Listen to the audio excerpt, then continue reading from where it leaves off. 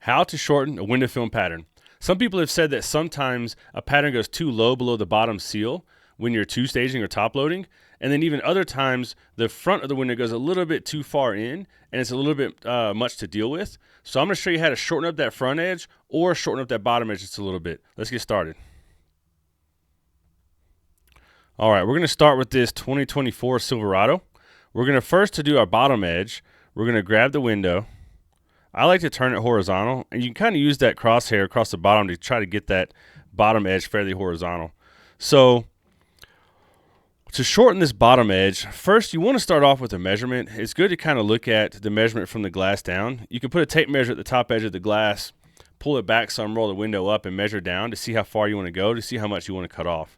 Right, so this is going to go down to about 20 3/4 inches. And if we want to shorten that up a little bit, we can double click. Oh, wait, first, I do this a lot. First, before you edit any pattern, always go and save a shadow of it. That shadow is going to be your reference point so you know what you've changed, how far you've changed it. So over here on the left icon bar, click this little 2 square button that says shadow. And I'm going to move it to show you, but it just creates a temporary shadow line back there that you can use for reference. We're going to undo to put it back. Double click to pull this down. We want to grab our whole bottom edge because we're going to pick this whole bottom edge up a little bit and make a couple little adjustments. So when we select all our nodes across the bottom, we want to go to our key movement up here. And let's say 1/4 inch is what, 6.35.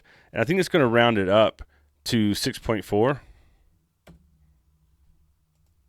So it's going to round up to 6.4, which is still going to be pretty close, right? So we're just going to go to our arrow key now, and our arrow key is now going to move 6.4 millimeters for each time we hit it. So we hit the up button, and that moves that bottom edge up 1/4 inch. If you want to do it again, say you want a 1/2 inch, you can either set your movement to that, or you can just hit this twice. So let's say we want to take a 1/2 inch off that bottom and go with that, right? One thing you'll notice if you get really close and look is now this corner is a little bit off of that original corner. So again, we have two neat tools. We have our original backup shadow, and we've got a temporary moving shadow, right? So let's select all these corners, and you'll see the shadow here of the black line, which is what we're editing right now, and the blue line, which is our reference. So we want to line up this front edge with the blue line and the bottom edge with that black line, and that will get us lined back up. And now we can go to the other side and zoom in here and do the same thing. Grab our corner, pull it over, use our blue line for the back edge, and use the black line for our bottom edge. And now, after we hit escape, we've got a window here. We can use that. We can copy, paste, select next to it, and we can mirror it, or that one, whichever one. And now we've got two patterns that are shorter on the bottom. Now let's shorten up that front edge. So let's grab this other one here that we haven't edited yet. Again, let's rotate it down. Let's try to set it fairly horizontal. We can use our crosshair to help out with that. And a similar deal. Always go and create your shadow first. Then we zoom in, double click to get to your nodes. I like to use my crosshair to make sure I don't get too far over this way to select. We just want to kind of get this front edge some. So let's select this front edge.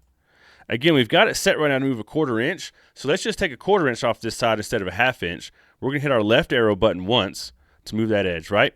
So let's go down to the bottom and check our bottom edge, which is pretty good because we had that line fairly horizontal. So we've got a good corner down here. We can leave it alone. But if you notice, this top edge is all sorts of wonky and messed up, right? No big deal because we've got two tools that are going to help us. We've got the shadow that we originally created, and we've got the temporary shadow once we start moving this, right? So we want to line this up with the blue shadow up top and the black shadow along the front edge. And then now we hit escape. And again, we can mirror that window, and we've got just a little bit taken off that front edge.